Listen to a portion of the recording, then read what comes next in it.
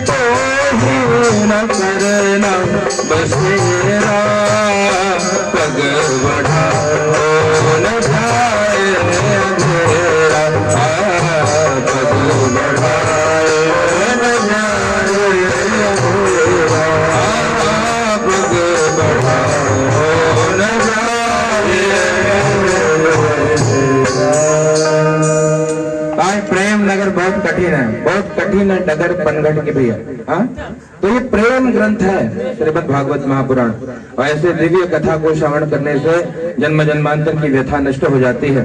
तो यहाँ पर कथा जो प्रारंभ हुआ, कहते नैमिषारण्य तीर्थ में कथा प्रारंभ हुई। वक्ता कैसे है? तो वक्ता है भैया महामती, जो भगवान की कथा को भली भांति समझा सके। और श्रोता कैसे है भैया? तो कथा अमृत रसा स्वाद कुशल, कथा को सुनने में बड़े कुशल है। श्रोता मानस में क्या कहा? जिनके श्रवण समुद्र समाना, भगवान का की कथा सुनने में श्रोता कैसा होना चाहिए? जिनका श्रवण समुद्र के समान हो। ना? समुद्र के समान मतलब समुद्र में जितने भी सिमट सिमट जल नदी है भरावा, जितने भी नदियों के जल समुद्र में जाते हैं भैया, लेकिन कभी समुद्र भरता नहीं है। ठीक उसी प्रकार आपका हमारा जो कान है वो समुद्र के समान हो, और भगवान की कथा सुनकर कभी तृप्त न हो। अगर आप अघा गए कथा सुन करके तो समझ लेना कि कथा सुने ही नहीं। इसलिए कभी भगवान की कथा समाप्त नहीं होती, भगवान की कथा तो भैया विश्राम लेती है। तो ऐसे भगवान की दिव्य कथा, और भगवान ने आपको हमको सिलेक्ट किया है। कहा क्या नहीं? सत्यान कथा बांटते रहा, चलो भागवत बांट दो। तो भगवान की मर्जी के हम लोग गुलाम है, मान के चलिए। और वही चाहते हैं, जो ठाकुर जी चाहेंगे वही होगा। तो इस प्रकार से भगवान की अद्भुत कथा। और कहते हैं भैया भगवान की दिव्य कथा में नैमिषारण्य के पावन तीर्थ में, और ऋषियों ने पूछा कि हे प्रभु, किस प्रकार से भगवान की कथा को श्रवण करने से जन्म जन्मांतर के पाप नष्ट होंगे, आप हमको बताइए। जहाँ मुनियों और सिद्धों का समाज बसता है, ऐसी पावन भूमि में कथा अमृत रसास्वादन में अत्यंत कुशल शौनक जी ने महामती सूत जी से प्रश्न किया।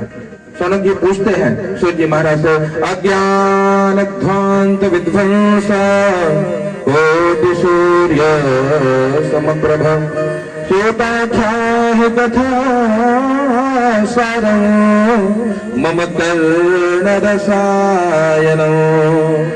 शौनक जी ने सर्वप्रथम सूत जी महाराज की प्रशंसा की है और कहा कि हे सूत जी महाराज, आप हमें समस्त कथाओं का सार बताइए।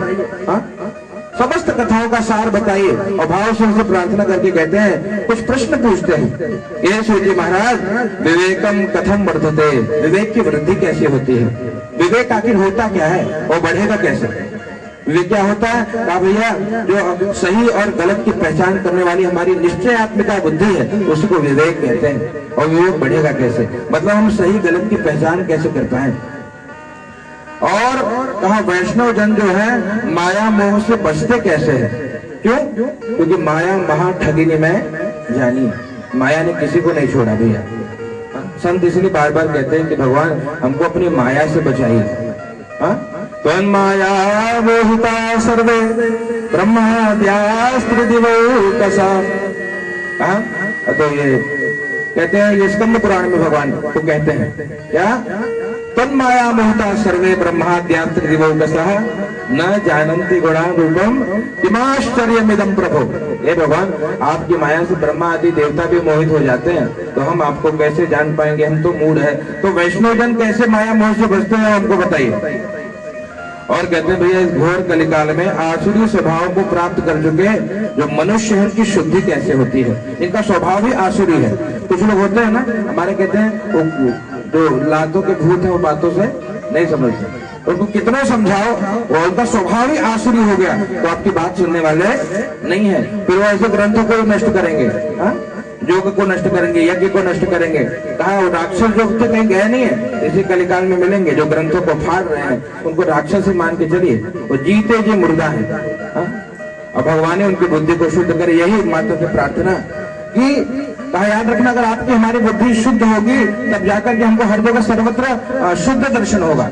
जिसकी जैसी मति होती है उसकी वैसी गति होती है, जैसी दृष्टि होती है उसकी वैसी सृष्टि होती है। हमारी आपकी दृष्टि शुद्ध होती है भगवान की कथा से, इसलिए इस कथा में प्रवेश करके